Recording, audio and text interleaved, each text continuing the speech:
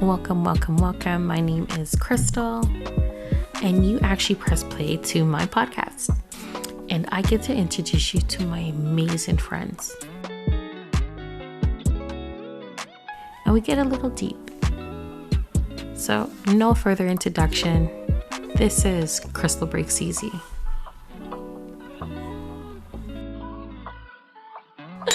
All right, you ever listen to Krystle Breaks Easy? I'm your host, Krystle, also known as Chris My Life on Instagram and on Twitter. Today, I have an amazing person I met just a few months ago. Her name is Rochelle. We found out recently that we were family related. Yeah, I would call it family related. Pretty much. Recently, like after a cottage weekend we spent together for Trina and myself's birthday. And we found out we were family, so that was really fun. Rochelle's going to tell us all about herself today and just talk about things of what's going on with her. So, Rochelle, how did we meet in your eyes? I'll tell you how I met you. We met at the same place, but we'll talk about, go ahead. Okay. I met you during your birthday weekend. It was a cottage weekend recently. And I remember you were in the kitchen. That was my initial recollection or and you were just a busybody. You were just Trina had me there to be domestic worker. I swear to God. I didn't have enough at home already. This is supposed to be my mom free weekend, and she had me cooking, cleaning, washing. Guy, I was so mad, but I would really appreciate it. I was really excited when you handed me a bottle of wine.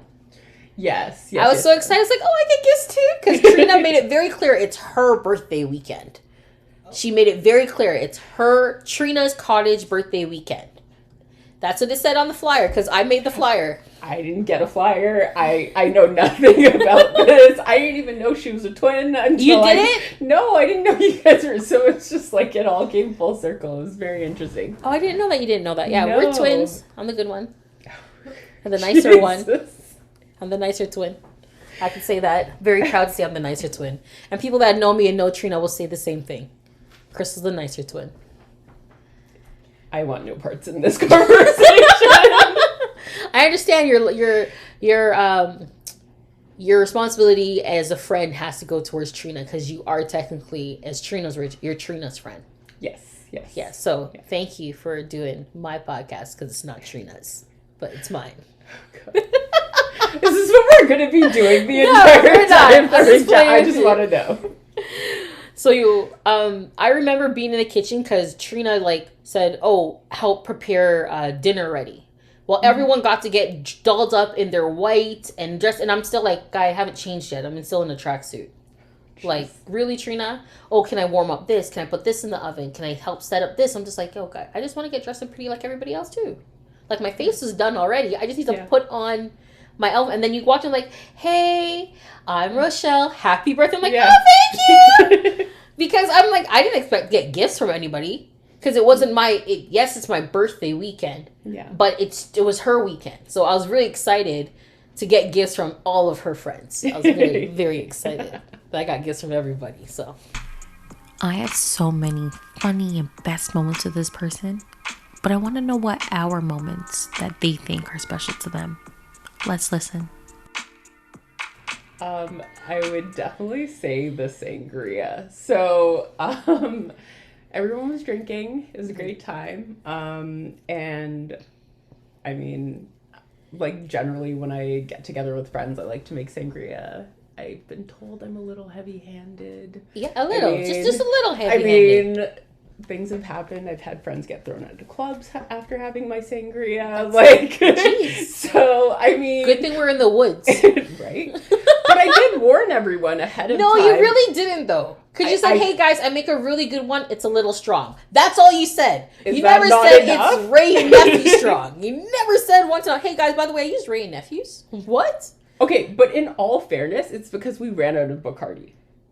It wasn't that I was initially going to use Ray and Nephew. That's not my practice. But yeah, I think we used my bottle. Yes. It was my bottle. I'm someone gave me a bottle. I don't drink Bacardi, but hey, let's make drinks. Yes. Because I was making the first round of the pitcher, because I brought my pitcher. Exactly. And I made the sojo and milk kiss for everyone to drink. Because it's an all-white event, so you have to have a white drink, Trina said. So I found a white drink to make. and everyone loved it. But then when you turned on your sangria, all hell broke loose. Yeah, I would say so. Night got interesting. The night got a little hectic, but it was a good hectic. A good, the group of girls had fun. Yes. The games were good, the laughs were good, and then I think did we send you out to go get more? Yeah, so I had left to drop off Val. Yes. And when I was coming back from Toronto, we needed more liquor, so I stopped and picked up some. Out of all of the alcohol we had, we wanted more sangria. That's bad. You guys are gluttons for punishment. Like, I mean, you're complaining, but you clearly enjoyed it. No, it was good. Bad. And then, you know what the best part of it was the fruits. Yes.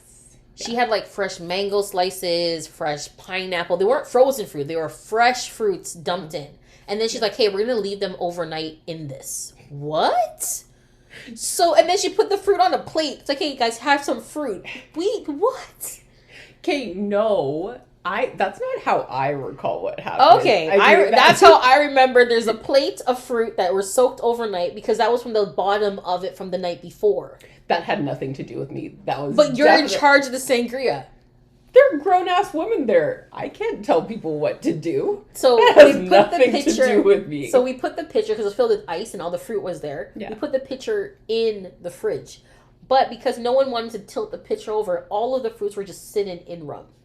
Oh, that I didn't know. Yeah. I was already gone to bed by the time everybody was trying to eat the fruit that was at the bottom, it was a wrap. It was a wrap. I can tell you for sure, like, I'm never drinking sangrias from her again. Yeah, I wasn't sick. I didn't get sick, though. J. Ray, though. Like, in all fairness, it normally isn't that strong. So you have to give me, like, a little bit. Guy, use a whole bottle of Ray and Nephews. Not in the first batch. No, the first batch is Bacardi. The second batch is what got us. Because the first batch, we're like, this is good. Make more. Not telling us, hey, guys, this might be a little stronger. Just a little. Just a little bit more stronger. That's all you told us. You didn't say, hey, guys, we ran out of Bacardi, so we used Ray and Nephews. So everyone's drinking it like we ran out of, like, Tracer. So picture we have a punch bowl, like a pitcher one that has, like, great mix between alcohol, juice. We ran out of juice. So, like, hey, guys, like, just kind of make this work. It's a little stronger because we ran out of juice. Not, hey, guys, we ran out of juice and we used Ray and Nephew. No. I didn't run out of juice. I had juice in my car. Well, your juice wasn't heavy-handed in that batch. Okay. I don't tell people how I make my sangria. Yes, like, you just pour. Yeah. I don't have, there's no, like, that's exactly what it is. You just pour. Yeah. That's not good. I mean, you're Caribbean. Yeah. When you're cooking, do you follow a recipe? Or you just, there's a tips of this? Like, That's how we cook. That's how I make drinks. Yeah, that's not good, though, to make drinks like that. At least if I make drinks, I go, okay, I need this, and this. Stir. But yeah, I understand now. But it was good. I can't even lie. Like, I'm not going to even hate. Your sangria is good. Like, thank you. My next event, walk with your sangria stuff. I don't care if Trina's mad. Walk with your sangria stuff. Okay, so... yeah, that was a really good night between us. Yeah. Because then everybody was kind of like sleeping, but then something happened in the house and we're just like, yeah, we got it. Like, we understood everything that was happening and like we were finishing each other's sentence. I don't know if it was the rum or the alcohol, but like our sentences were like boom, boom, boom. Everyone's looking at us like, what's wrong with you guys? We're like, we're soul sisters. We understand each other. No, I think we definitely have similar personalities. So, yeah, because like, the tolerance for bullshit is past. Like, right is right, wrong is wrong. That's all it is. Tell me your favorite slow jams. It's a hard question. Okay, you can do 3 to 5 then, if you can't break it down to just the one. I'd say like top of the list, Aaliyah, Are You Somebody? Okay. As well as Usher, You Make Me Wanna. Like, okay. From the music video to... I feel like those songs, music inherently, when you hear a song, it puts you back to that first time you heard it or how you were feeling at that point in time. And I feel like, for me, it's just, like, kind of, like, childhood or, just, like, family events or... I didn't like You Make Me Wanna. What? Because I hooked a girl up with a guy that I liked. And I thought he wouldn't like her. Oh, God. And then he ended up dating her. I was so mad. And she didn't even want to date him. I was just like, let's just see what happens. This is like junior high. I was so mad, guy. Like, they dated for like a whole year. I was so pissed. Jesus. I know I did it to myself. I know I did it to myself. Like, she said, "Oh, he's cute." I'm like, first of all, she didn't even like him until I like, yo, who's this new guy? I think we should like find out what this new guy is. And I found out all the information. Wanted to talk to him, and then he asked about her. I was like, oh fuck. I'm like, yeah, sure, I can hook it up because I'm the homie. I was like, no, get out of here, guy. But it's funny because I saw a picture of that same person. I was like, yeah, good job, Krystle. Dodged a bullet. More than dodge, guy. Guy got away with like homicide, like. Oh, whoa. Like, okay, train wreck. But it's funny. But yeah, those are. So what else do you have? So Aaliyah, Usher. I mean, I really like Blackstreet. Okay, as well. Which is your favorite Blackstreet song? I think No Diggity. Yeah, you have to. It's classic. Which one? No Diggity. You have. Oh, to. No Diggity. I'm like, Yeah. I couldn't hear anything you just said. Oh, my bad. Yeah, no, classic. That's not really a slow jam. Okay, fine. Like Butter None Love. of your songs are really are slow jams. Okay, but they're slow jams to me. This is subjective. That's true. I'll give you that one. Right? Butter Love, you said? But what, Next? Yeah. Yeah, I see. That's, I can do That's that. more in line with what Yeah. you were thinking. Slow jam. Yeah. Yeah, Yeah, that those song. late night, yeah. I love that song. And then Wifey was my like next song. When they came out with Wifey. That's my song. It's time to get deep. Let's get real deep. What's your breaking point? I know, I'm sorry, it's a tough one. No, actually, not really for me. I would say 2015. Mm-hmm. It was difficult because I lost 5 grandparents in a 7-month span. Whew. And yeah, and I'm an only child. So, like my mom's remarried. So, Yes. right. So all of my parents lost a parent. Mm-hmm. So it's not like I can be like, hey, can you check on mom or like whatever. So like, I just had to handle it. And so I'm already someone who kind of, I guess, buries or kind of doesn't speak to their emotions necessarily around friends or yeah, that's just how I generally deal with things.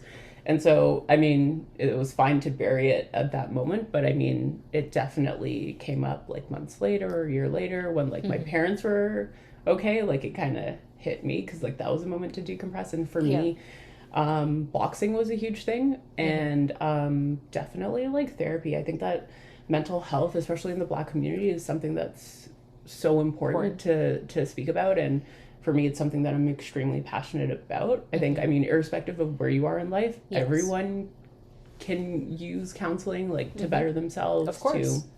It's a neutral third party, right? Not saying that you can't talk to your family or friends, but I mean, this is someone that understands the human psyche, that understands varying experiences. And so I think that, that's very important. So, Yeah, that's good. Would you, so did therapy get you through your grandparents' death? Like, you yourself actually went to therapy? yeah, I did. I would say it was a cross between therapy and boxing. Because I mean, hitting things. Always, I'm telling you. I really want helps. to do one of those rec rooms, like the ones that you just mash up everything. Yeah. Like, I really feel like I have a lot of rage in me that I just need to let it out. But I totally understand that therapy. I've done it for myself. I've done it with me and my husband together. Me and my husband together, we never really did that. We did two. We did two sessions. We were supposed to go for a third one. We were like, nah, we didn't make it to the third one. But we're still together. That's awesome. But we got what we needed to get out just enough to be okay. Yeah. But then I felt like I still needed to have more. Yeah. So then I went just by myself, and I felt that it was good to kind of vent to someone without someone, like as you said, with family. Then no one's going to throw it back in your face. Exactly. Like, I'm coming to you because I need your help, or I need you to kind of help me or guide me. But all you're going to do is sit back and then later on, Krystle's going through da-da-da-da-da-da. Exactly. And like, I don't, and then I just keep to myself like you. Like, I don't, I find like when people don't know what's going on, it's more of a problem. Oh, you don't check in on it, but you don't quiet because I'm not telling you my business. Exactly. Like, I deal with things a lot different. Like, I totally understand, like, just separating yourself and like kind of dealing with it, because I don't listen. If you throw it in my face, we're gonna fight. Yeah.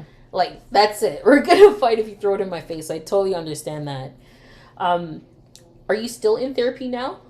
I still do, like, periodically, yeah. And I think that what a lot of people don't understand also is there's different types of therapy, right? Mm-hmm. So there's, like, grief counseling, for example. There's cognitive behavioral therapy. Mm-hmm. Like, there's so many different types, and it's really about finding that right match for you. Yeah. And I think that for me personally, even if I don't have a crisis in my life, it's something that I will continue to do for the rest of my life. Like, even if it's just periodic check-ins, because I mean, you go to the gym to maintain your body, but what do you do for your mental health, right? That's so true.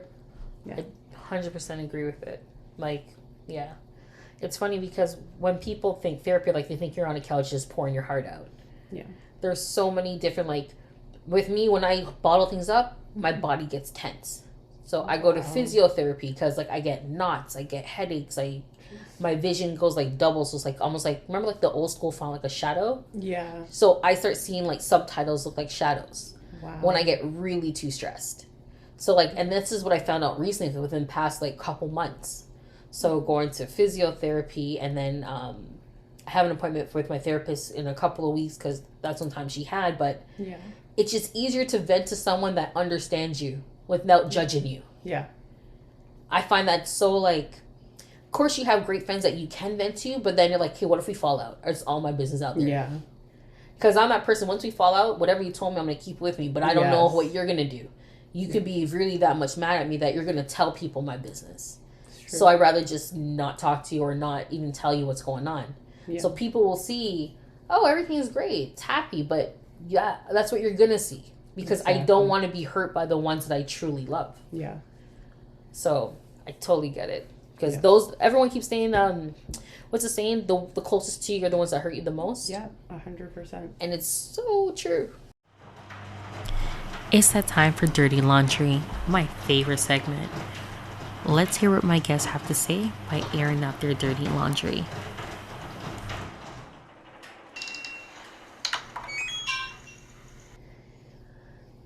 I honestly can't really think of one. None. I can't think. You've just been the amazing rainbows and sunshine girlfriend. I mean, I think for me, it's not that I necessarily get into sticky situations, but I maybe I'm too accommodating in a lot of senses. And so, what do you mean by that? Like, I'm really laid back, and so I kind of let people get away with the bare minimum. Oh. And I don't, so yeah. So that's why I can't really necessarily think of myself getting in any sticky situations. So do you find that with your relationships that you see red flags and just let them pass? Oh, 100%. Yeah. In terms of, so I would say my intuition is definitely strong. Yeah. And but I ignore that. And now that I've gotten older, I've really learned to hone in on that. Mm-hmm. And yeah, once, someone reminds me of someone else or a situation that I was in. It feels too familiar. Yeah. Because I mean, at the end of the day, you're meant to learn these lessons, right? And I mean, if you keep repeating them, then the definition of insanity, right? Of course. Is repeating the same thing and expecting a different result. Yeah. So I mean, if I keep dating the same type of people and expect that things are gonna be different, it's insane. So what do you look? So I know you said that you follow your gut now, no matter what. Yeah. Have you been on a date where this is going left real quick, you can feel it? And just hey, we're just gonna call it quits right now, or do you give that person a couple more weeks to see if it's something, or you're overreacting? No, if I'm done, I'm done. I'm in that regard. Once I'm done, I'm done. I'm out. I don't really care. But if it was say an in-person thing, that would definitely be harder for me, just because unless someone does something egregious to me, I'm not really the type to call them out on it. I don't want to, for lack of a better word, I don't want to be mean. You know what I mean? Unnecessarily. So unless someone does something absolutely out of line, like I'm just gonna like let it go and kind of like fade to the back. Like it's a terrible practice, but like I definitely ghost. Like You're a ghoster? Okay, 100%. I want to hear more about ghosting. Like, Let's see. I knew there was something. Like, See, I knew there was. I asked what kind of sticky situations. You're like, I don't have none. See, the truth always comes out. It comes out. She's a ghoster. Now I want to hear about the ghosting stories. Let's go. Let's go. How? So, what do you do to ghost? Is it like you just block them from everything? Like, what is your ghosting method? It depends on the person and the situation, and like how long I've known them. Like it could be just like not responding to messages. It could be blocking in the case of like more long-term relationships or whatever. Yes. But I mean, okay, yes, it's not a great practice, but I mean, at the same time, not everyone deserves like Yeah. you know, like a explanation, right? Not everyone deserves an explanation.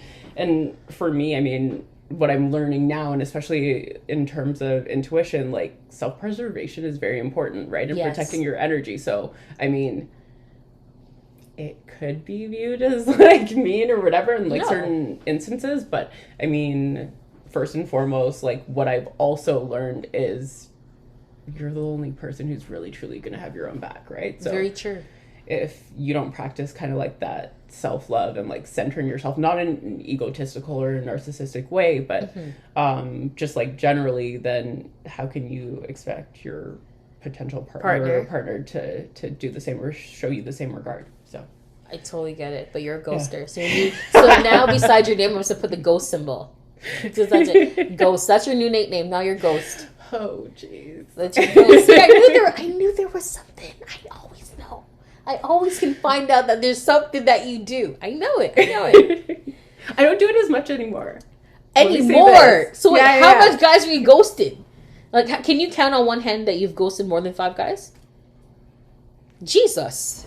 You know those are somebody's child, right? That is somebody's child. That's someone's boy pitney. But I'm somebody's gal pitney too. That's true. I'm not gonna lie. And I felt that one. I felt that one to my core. Sorry. And I mean, certain experiences, like you don't deserve anything because I've given you more than you deserve. Very true. So yeah, I haven't ghosted people. No, mine. Yeah, no, I haven't ghosted. I've been in the same relationship for 18 years. I haven't ghosted anybody in a very long time. And you have to understand, like, and nowadays it's like swiping culture and everything. Everyone's like, yeah, I don't know how you guys date out there. It's rough out here, trust me. I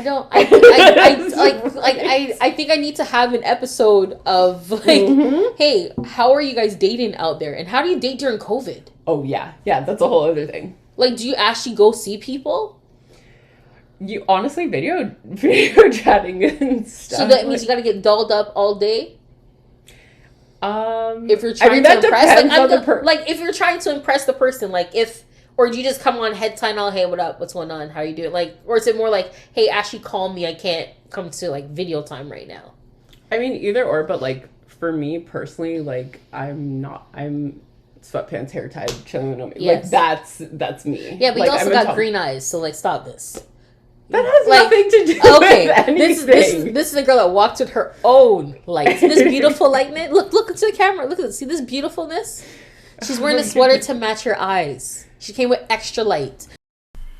It's time to be inspired. So let's ask my guests. What's going on with them? In business, life, new adventures.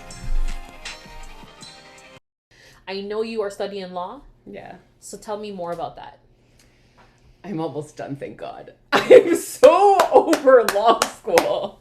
Like 2.5 years of this shit. Like, okay, no, I don't want to discourage anyone from doing law. Let me just preface it by saying that. But it is definitely taxing. And I think that it's definitely important to use resources. There's so many people who are willing to mentor and to help out, and I definitely would be willing to do the same. Like, that's something that's very important to me, giving back and helping out. But yeah, I'm done in April, but then I have to write the bar exam in June. Like, it's never ending. Like, everyone thinks, like, oh, you finish law school and then you're a lawyer and, like, everything's good. No. It is a farce, okay? Like, let me tell you, it is a damn lie. It is a long-ass process, okay? That is not the end of it. When you're done, you got to write the bar exam. You got to article, normally for 10 months, but it's a pandemic, so the Law Society has changed it to 8 months.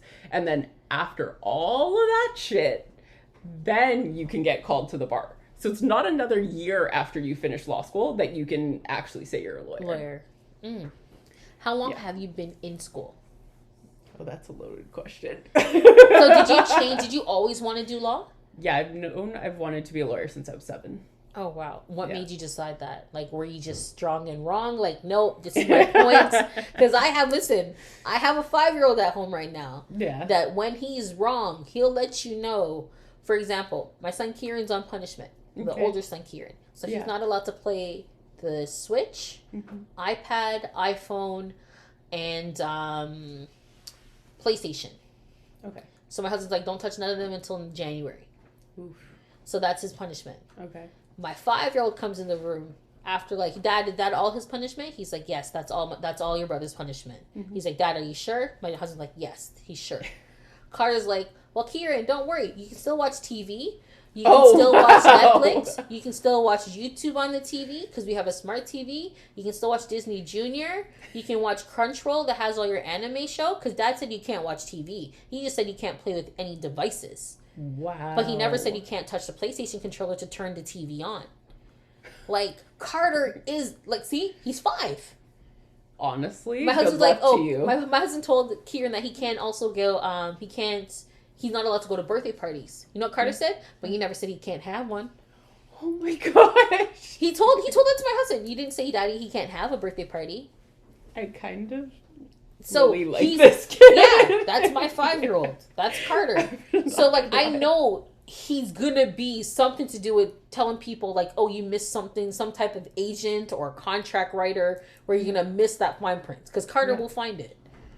I'm telling you. He's negotiating for his big brother. Like, Kieran would be locked in his room just reading a book if it wasn't for Carter. Because we never even thought of, oh, shit, the TV. We just assumed PlayStation, don't touch it. That means you're not going to touch the TV. Yeah. Nope, there's still Netflix. There's still Disney Plus. There's, like, how do you win? You can't win. No, good luck. And he's only 5? 5. Yeah, good luck to you. He's 5. 5. These kids these days. This segment is called Book Me, where I actually get to ask my guests about what book had deeply impacted them and why. Frantz Fanon. And why? Okay. Black Skins, White Mass. Because it's just a foundational text, especially for racialized people, more specifically Black people. It speaks to what you experience navigating a colonial space, white supremacist space. And it gives you the tools, the language to speak to what you feel. So I think that it's such an important read. Changer. And especially, for everyone, but especially, like, teach it to your kids young.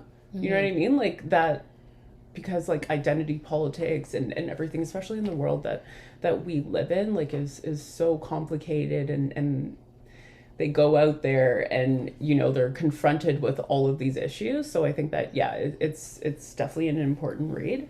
Yeah, I had to go up to the school a couple of times already. Really? Yeah. When my son Kieran was in JK, his teacher used to call him, oh, you silly monkey. We don't use that phrase in our house. God. So she thought of it as so innocent. So when I pulled up and I checked, I'm like, you know what? Can we actually walk down the hall to the principal's office? Let me just nip this right now. Yeah. And then, so that was done. And then she's like, okay, they don't say that word in the classroom. My kids don't refer to themselves as any type of animal. I don't care. Good. Like, you're not an animal, period. I don't care if you want to play zebras. I don't care. You're not in this house. Yeah. Not in this house. You're not an animal, so don't ever think of that. And then my son Kieran, again, his teacher had a discussion about family. And in her slide, she had a white family. Oh, here we go. With mom, dad, brother, and sister reading. An Asian family, mom, dad, brother, and sister. She had a brown family, Everyone had family. Yeah. Guess what this middle picture was of like this collage? Guess. Yeah. Just a black child with the mom, I'm assuming. Yep. Yeah, of course. I saw it and I was... Yep. And then I showed it to my husband right away. I'm like, yo, do you see this? Yeah. And he's just like, does that represent our household? I'm like, no, but that shows our son that that's okay. Mm-hmm. It's not okay. And he's like, well, is this what the board gave him? Or is this what... I'm like, she did this. It's a Google slide. The board doesn't do Google slides. She created this. Yeah. I don't care if she had to Google the correct images. Yeah. So you write the email, because if I write the email, not going to be pretty.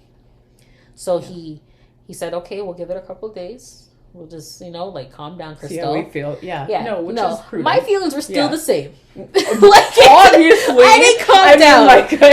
I think every, 15 minutes, did you write the email? Did you CC me on the email? He's like, yo, Krystle, can you just, I'll take care of it. I'll take care of it.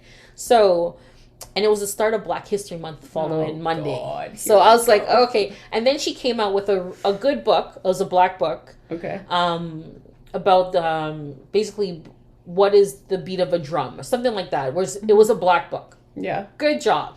So my husband's like, okay, so now we congratulate her for Black History Month to show him this book. Sorry, that screams of performance to me. So of course it does. Then he went in, and my husband went in with, he found a picture on Google. Yeah. And he wrote a nice. See, my husband he's a good. I call him a good politician. Okay. Because he can. I'm just gonna come at you, just raw. I don't care if I hurt your feelings. I don't care. I'll drape you in person. That's just me. No, really. When it comes to my kids, don't play. Yeah, no, I understand. I understand. Where he's more okay, let's look at it. Let's talk about it. Let's think. Just calm down. Let's just see if she created it or if it was the board, whatever. So she writes a lovely email. Yeah. That is firm, understanding, but still the tone is there. Hey, this is not what we want. Yeah. So then she writes back an email, and he got mad at me because in the email she said, well, it's good to see that you're taking an interest in Kieran's education. Who are you talking to? Oh, no. And he thought there was nothing wrong with that sentence. Oh, God, no. And I was like, so she thinks that you're not in the household, that you're sending an email. And he's like, oh, what? And then we had this whole discussion on why do you think that everyone's referring you to a single mother. I'm like, listen, the doctor, the school all know me as Krystle Nugent. Mm-hmm. They don't need to answer nothing. They say Krystle Nugent, Sheridan Nugent, Carter Nugent. They see all of our names. Yeah. There should be no question to ask me what is going on in my household. Because all your school documents, all your medical documents, they all say married, divorced, separated, who picks up who's on weekends. The school knows everything. Yeah. Yeah. So for her to make that sentence, he's like, oh, I didn't look at it that way. I'm just like, no, I read that sentence and that sentence screamed red to me. Yeah. I want to see her and drape her. Well, I know that's not going to solve nothing, but as a parent, I already showed you my concern. I found a picture. I Googled Black family, found a family of 4. Very good looking family. There's pictures, stock pictures there for you to be more observant. Why would you think that this is the norm? It's not the norm. There's so many problems with that slide. I want to do, And then she's like, oh, well, we're just showing families because families are all different. So then how come I don't see 2 dads in the picture? Oh, we're a Catholic school. So why are there not 2 dads in the picture? Yeah, exactly. Why are there not 2 moms in the picture? Why is there not a single white mom? Because half of Kieran's friends are their mothers are divorced. COVID killed their marriages. Yeah. So, what up? Why are you reifying tropes and stereotypes about Black people?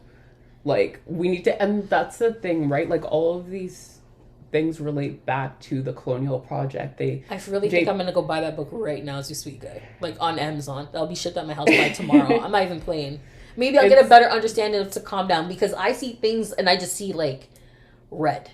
No, so one of the and it goes back to W.E.B. Du Bois as well, is so they both kind of speak to the experience of Black people in a colonial nation state where, so in the Fanon text, I'm pretty sure it's in Black Skins, White Mass, he speaks to the fact that he's on a train and there's this white child that sees him. Mm-hmm. And it's at that point that he gets confronted with his Blackness because he doesn't conceptualize it, but he sees himself and he sees himself through the eyes of the white dominant group and through the child, right? So it's like that out of body experience, which many scholars theorize, like I said, from Du Bois to Fanon to Bell Hooks, about, you know, being on the margins, being on the periphery, the paradoxical space. Fanon calls it double consciousness, right? Like where you simultaneously know that you're Black and you don't fit in, but that you're in this like predominant. Anyways, yeah, like and again, like that goes back to the social construction of race, right? So I know I went on a rant. I'm sorry. No. Like, but I love the books that you gave. Like, I'm definitely gonna go. I've only given one. Oh, sorry. Keep going. I'm still going with the one book. I'm so sorry. Go ahead. No, it's okay. The triggers. It's triggers. I'm sorry. No, totally understandable. Dark Matters by Simone Brown. Okay. Is a wonderful book. She does a great job. So she writes about surveillance. And so she traces it from like colonialism, like from lantern laws, and those practices to present day, kind of like carding policies, and she speaks about interactions that you have with the state, especially like when you're traveling, and those sorts of interactions, and also like the disciplining of Black and racialized peoples in those spaces. So it's a really interesting read, and it's not all heavy theory. It's really great because like she talks about Solange and like, you know what I mean? So like she does weave the theory with kind of more creative works. So it's truly a great read. And your third one? You said you had a 3. Yeah, Robin D.G. Kelly, Race Rebels. One of my like favorite books of all time. I love Robin D.G. Kelly in general. Like brilliant. And so in this specific book, again, it speaks about kind of identity making and alternative forms of identity making for Black people. And so he kind of centralizes the Black experience, and so he talks about resistance. So he talks about, you know, Black people are kind of depicted as lazy and all these sorts of things, but you know, when you're at work and you decide to surf on the internet, you know, because you're so dehumanized and because of the Black experience, you're taking back your labor. And so like he talks about those kind of small subversive acts, which is like really interesting. And then he also talks about the implication of race uplift politics and how middle class and upper class Black people, especially in relation to religion was used to kind of have middle class and upper class Black people kind of construct and keep respectable different classes. So yeah. So with reading that book, what have you learned from it? Race Rebels? Yeah. Or how do you remove her now with reading it? Like your actions. So it's actually a foundational text for my research. And so definitely those, like I said, those small acts of resistance, right? Like, I really see that the value in that, and just like the way in which like you can construct your own identity, despite kind of going back to Fanon, despite the way that white supremacy will create your identity for you. So it's a means of asserting your agency. And that's definitely through that work, like I said, my research kind of started because of it. And so like I kind of use it as I go through. Like, I'm not a creative person, but like as I'm writing like papers and stuff, like I always kind of have that as central. Like, how can I resist like kind of like dominant canonical constructions of like a particular discipline. That's dope. So this is our last segment. It's called The Quote. I asked my guests to tell me what quotes they use on a daily basis or the ones they live by. For me, short and simple, mine is life is what you make it. Because it is. Let's hear what my guests have to say. I can accept failure, but I can't accept not trying. And that's an MJ quote. And yeah, I think it says it all, right? Like you have to, at least if you make an effort, like you're going to learn from it, right? It's kind of like that old adage, you know, you get up you fall however many times and then, you know, you get up more, right? Like you just kind of got to keep moving along and yeah, like, and just learning from those experiences. But if you don't actually try, then that's not possible. Yeah. That's dope. So that is a wrap, folks. You just listened to Krystle Breaks Easy. I am your host, Krystle. To find me on Instagram, you're going to look for Krystle Breaks Easy _, which is the podcast page. Also, my personal page on all platforms is Krys My Life. So until next time, stay safe.